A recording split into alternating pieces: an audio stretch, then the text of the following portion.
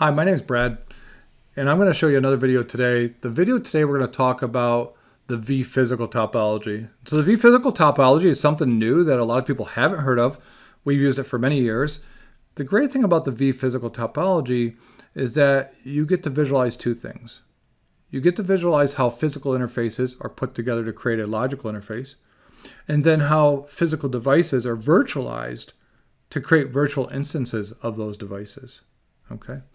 So let's pick a couple devices here and see how this actually works. The first one we'll choose here is we're going to choose this ASA. And from the device list here, I can actually select ASA.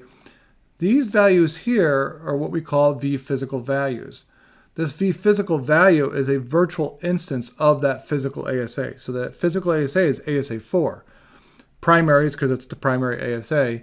But these are actually the vPhysicals, which are security context inside the ASA. And we track those individually. Because that's how the packets are passed through your network, is you want to see those individually. Okay? So in order to do a physical drawing, you need to actually select more than one device, because what it's showing you is how things are connected. Not actually, oh, there's an edge node that sits on this device. It's more of how are multiple devices connected to each other. So let's select another device here. We'll select another firewall, maybe a switch. And let's select one more switch here, maybe this guy, okay? And then we select physical topology. Now, this shows you how everything is connected. Now, the cool thing with bitB and the vPhysical or the physical does the same thing. And the logical, they're all route-driven hierarchical maps. So even though this is a physical topology, we actually use routing information to decide where to lay out the devices. So the cool thing about this, the reason switch 8 is on top is because our provider, the physical interface for our provider, is connected to switch 8. So we put that at the top because that actually comes before the firewalls. So yeah, this firewall right here is connected to the internet, but guess what? It doesn't show it on here as being on top because it's not. The first device that's hit is actually switch 8. Okay? The other thing that it's showing here is VLANs. So now that we're looking at a vPhysical, we actually see the VLANs. All right, so these are the VLANs, and that's our VLAN. And if you watch the logical drawing or logical topology video, you would have saw that 72 is the VLAN for our internet provider. Okay, and that shows it here. It's also showing other information you can decide to show or not show is the interface, the speed of the interface, and the actual MAC address of that interface.